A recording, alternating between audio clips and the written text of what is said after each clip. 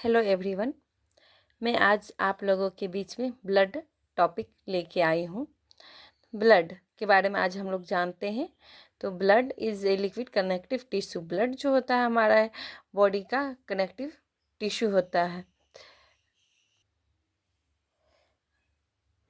Connective tissue होता है और ब्लड को हम लोग किस किस नाम से जानते हैं। तो एक fluid of life, fluid of growth and fluid of health. यानी कि ये जो ब्लड होता है ये जीवन का फ्लूइड हुआ, ग्रोथ यानी जो वृद्धि हम लोग का होता है उसका फ्लूइड हुआ, और हेल्थ का फ्लूइड होता है। यानी ये ब्लड जो होता है फ्लूइड कनेक्टिव टिश्यू होता है। तो इसको fluid of life, fluid of growth and fluid of health के नाम से जाना जाता है। और अब आगे हम लोग देखते हैं स्टडी ऑफ ब्लड।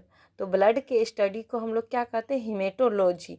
यहाँ देखिए नाम से ही पता चल रहा है हीमेटोलॉजी। ये जो लॉजी वर्ड जो होता है, लॉजी, लॉजी का मतलब होता है स्टडी, और हिम मतलब ब्लड, यानी स्टडी ऑफ ब्लड क्या कहलाता है? हीमेटोलॉजी। अब देखते हैं आगे। तो ब्लड का पीएच कितना होता है? तो 7.35 टू 7.45 होता है, और ये स्लाइटली एल्कलाइन होता है। ये हम लोग से एग्ज़ाम में पूछा गया है बहुत बार ये क्वेश्चन कि ब्लड का पीएच क्या होता है। तो 7.35 टू 7.45 होता है। ये स्लाइटली एल्कलाइन होता है, और ये जो blood constitute 7 to 8% of total body weight. हमारा जो बॉडी वेट होता है उसका टोटल बॉडी वेट का 7 से 8% जो होता है ब्लड हमारे बॉडी में रहता है। और यहाँ पे वॉल्यूम अब हम लोग देख लेते हैं। तो मेल में 5 से 6 लीटर एवरेज रहता है ब्लड, और फीमेल में तो उससे कम रहता है, तो 4 से 5 लीटर। यानी फीमेल में कितना रहेगा? 4 से 5 लीटर, और मेल में 5 से 6 लीटर। अब आगे देखते हैं टेम्परेचर ऑफ ब्लड। तो ब्लड का जो टेम्परेचर होता है इसको हम लोग क्या नाम से जानते हैं? तो कोर बॉडी टेम्परेचर के नाम से जानते हैं। तो कोर बॉडी टेम्परेचर मतलब क्या हो गया कि ब्लड का टेम्परेचर ये कितना होता है? 38 डिग्री सेल्सियस होता है। और हम लोग जानते हैं कि हमारे बॉडी का टेम्परेचर कितना रहता है? 37 डिग्री सेल्सियस रहता है। तो उससे 1 डिग्री सेल्सियस क्या होता है? ये हाइयर रहता है, ज़्यादा रहता है। तो about 1 degree Celsius higher than oral temperature. यानी कि ओरल टेम्परेचर जो हमारा 37 डिग्री सेल्सियस होता है उससे 1 डिग्री सेल्सियस वो ज़्यादा रहता है किसका? ब्लड का टेम्परेचर, कोर बॉडी टेम्परेचर। अब हम लोग आगे देखते हैं कि आर्ट्रियल ब्लड, जो आर्टरी में जो पाए जाने वाला जो ब्लड रहता है उसको हम लोग किस नाम से जानते हैं? Arterial blood. तो ये जो होता है ना चमकीला लाल रंग का रहता है कलर में, क्योंकि यहाँ पे जो हीमोग्लोबिन होता है ब्लड, इसमें ऑक्सीजन रहता है, ऑक्सीजन कैरिंग हीमोग्लोबिन रहता है। तो ऑक्सीजन के उपस्थिति के कारण जो होता है आर्टेरियल ब्लड चमकीला लाल रंग का रहता है। और वेनस ब्लड जो होता है यहाँ ऑक्सीजन की कमी होने के कारण जो होता है डार्क रेड कलर का होता है। अब हम लोग देखते हैं ब्लड का स्पेसिफिक ग्रेविटी कितना होता है। तो 1.048 टू 1.066 ये ब्लड का स्पेसिफिक ग्रेविटी होता है। अब आगे देखते हैं normal value of some important substance in the blood. यानी कि जो भी ब्लड में सब्सटेंस पाया जाता है उसका नॉर्मल वैल्यू कितना कितना होता है। ये नॉर्मल वैल्यू बहुत सारा एग्जाम में पूछा हुआ है। ये तो एक तरह से ये वीवीआई हो गया, वेरी वेरी इम्पोर्टेंट हो गया ये। इसमें अब हम लोग देखते हैं कि ग्लूकोज का क्या होगा। तो ब्लड में ग्लूकोज का वैल्यू कितना होता है? तो 70 टू 100 mg/dl रहता है।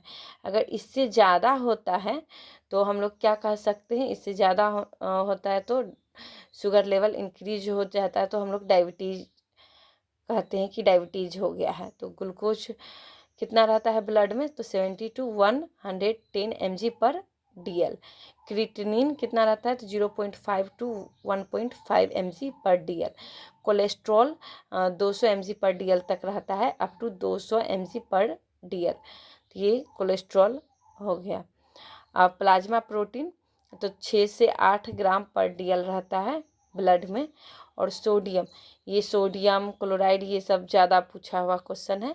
तो सोडियम कितना रहता है 135 to 145 milliequivalent per litre, और क्लोराइड 97 से 107 milliequivalent per litre. Potassium 3 से 5, ऐसे याद रखिएगा, तो 3.5 to 5 milliequivalent per litre. Bicarbonate 22 से 27 मिली इक्विवेलेंट पर लीटर।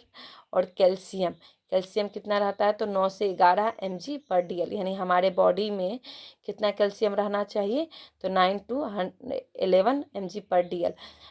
ज़्यादा होगा कैल्शियम तो ये हाइपर कैल्सीमिया कहते हैं, और कम हो जाता तो हाइपोकैल्सीमिया कहते, वो हम लोग आगे चर्चा करेंगे।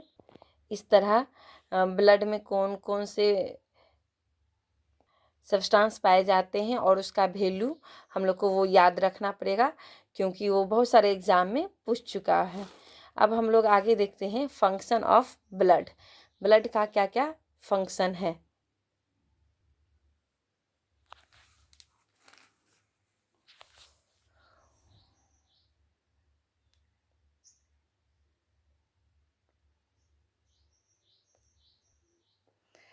इसमें देखिए ट्रांसपोर्टेशन 3 फंक्शन रहता है, एक हो गया ट्रांसपोर्टेशन, रेगुलेशन एंड प्रोटेक्शन। तो ट्रांसपोर्टेशन नाम से ही पता चल रहा है कि ब्लड जो है ट्रांसपोर्ट का काम करता है।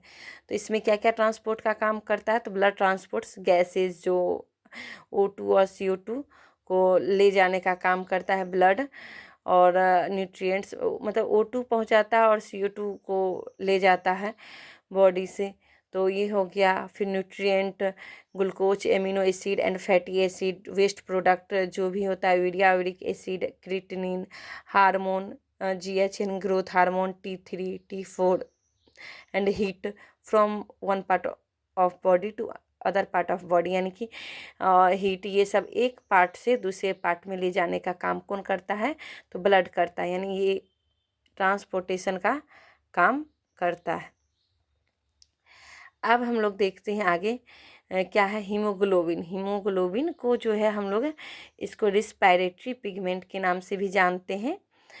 ये जो होता है हीमोग्लोबिन ऑक्सीजन के साथ कंबाइन होता है तो इसको ऑक्सी हीमोग्लोबिन कहते हैं, और कार्बन डाइऑक्साइड के साथ कंबाइन मतलब उससे आके जुड़ता है, मिलता है तो उसको कार्बो एमिनो हीमोग्लोबिन कहते हैं।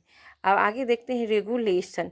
तो इसका काम होता है कि ब्लड का काम होता है कि टेम्परेचर को भी रेगुलेट करता है, यानी ताप का नियमन करता है। तो blood helps to maintain homeostasis, यानी होम्योस्टेसिस को मेंटेन करता है, maintain equilibrium all body fluid, जितना बॉडी फ्लूइड होता है उसमें करता है ब्लड।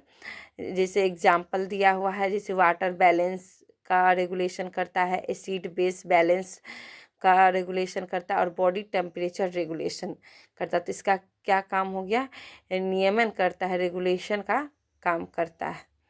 अब आगे देखते हैं प्रोटेक्शन। ब्लड का एक फंक्शन हो गया प्रोटेक्ट भी करता है। तो क्या क्या चीज़ से प्रोटेक्ट करता है तो ये अगर ज़्यादा ब्लीडिंग हो जाता है, एक्सेसिव हेमरेज, तो उसमें जो है क्लोटिंग का काम करता है ब्लड। आफ्टर एन इंजुरी के बाद, किसी प्रकार का चोट लगने के बाद अधिक मात्रा में हेमरेज हो गया, ब्लीडिंग हो गया, तो उसमें रक्त को थक्का बनाने का काम करता है।